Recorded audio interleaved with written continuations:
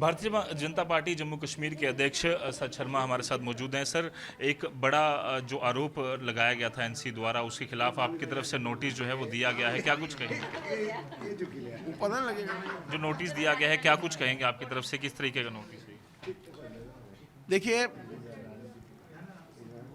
कुछ दिन पहले उनका एक बयान आया था और उस बयान के माध्यम से भारतीय जनता पार्टी के ऊपर एक आरोप लगाया था उन्होंने कि भारतीय जनता पार्टी का बड़ा नेता जो है इसमें शामिल है, सरकार को गिराने के प्रयत्न हो रहे हैं।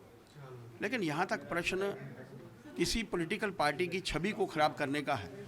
मैंने उन्हें कहा था कि वो नाम सार्वजनिक किए जाएं। नाम सार्वजनिक नहीं कर सकते तो माफ़ी मांगे, अगर वो माफ़ी नहीं मांगना चाहते तो लीगल एक्शन के लिए तैयार हैं। हम लोगों ने नोटिस जारी किया है, हमारे एडवोकेट्स ने उनकी हैसियत के मुताबिक 100 करोड़ रुपए की जो अमाउंट है उसमें मेंशन की है। मैं तो समझता हूं कि ज़्यादा मेंशन की जानी चाहिए थी, क्योंकि भारतीय जनता पार्टी की छवि को ख़राब करने का जो प्रयत्न उनके माध्यम से हुआ है वो अमूल्य है। लेकिन उनकी हैसियत के मुताबिक 100 करोड़ रुपए की राशि जो है हमने एक कंपनसेशन के तौर पर जो है वो डिमांड की है। Let case continue, legal formalities complete होने के बाद इस केस को चलाएंगे हम लोग। ऑपरेशन लोटस का उन्होंने जिक्र किया था कि इस तरीके की कार्रवाई, क्या कारण आपको लगता है कि उनकी तरफ से इस तरीके के बड़े एलिगेशन लगाए गए? देखिए, इनका काम है 2 वर्ष के अंतराल में इनके माध्यम से क्या क्या हुआ है। कभी मैं तो चाहूँगा कि सभी मीडिया बंधु बैठे इन्हीं से पूछें कि आप लिस्ट तो बताइए 2 साल के अंतराल में जो केंद्र के काम हुए हैं और जो आपके काम हुए हैं।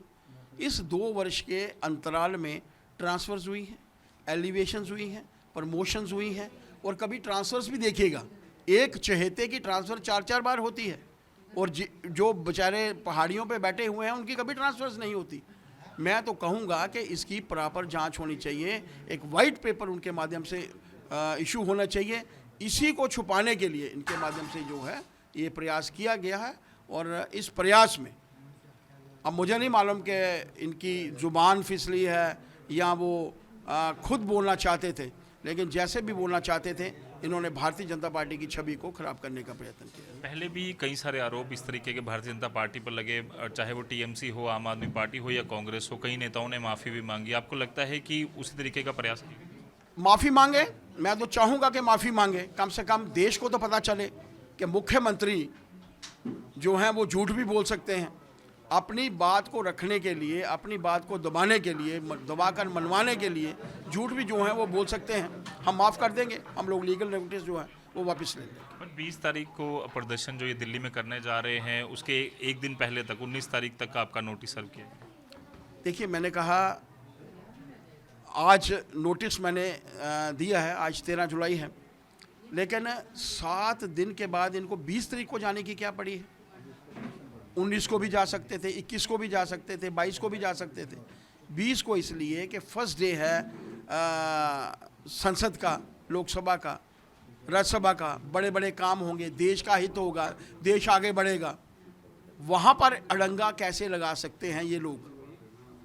टीएमसी भी यही काम करती थी, लोगों ने उनको बाहर का रास्ता बता दिया। कांग्रेस भी यही काम करती थी, लोगों ने बाहर का रास्ता बता दिया।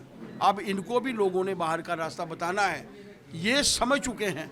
इसी समझ के कारण ये ऐसे प्रयास जो हैं वो कर रहे हैं। धन्यवाद। तो साफ तौर पर ये हैं भारतीय जनता पार्टी के अध्यक्ष सच शर्मा, जिनका साफ तौर पर कहना है कहीं ना कहीं जो प्रयास है उमर अब्दुल्ला द्वारा जो किया गया वो सरासर गलत है। छवि खराब करने की कोशिश भारतीय जनता पार्टी की गई है, उसके खिलाफ एक नोटिस जो है वो सर्व किया गया है, जिसके तहत 100 करोड़ के डिफेमेशन की जो मांग है वो यहाँ पर की गई। वीडियो जर्नलिस्ट मानिक के साथ आज़म मीडिया जम्मू।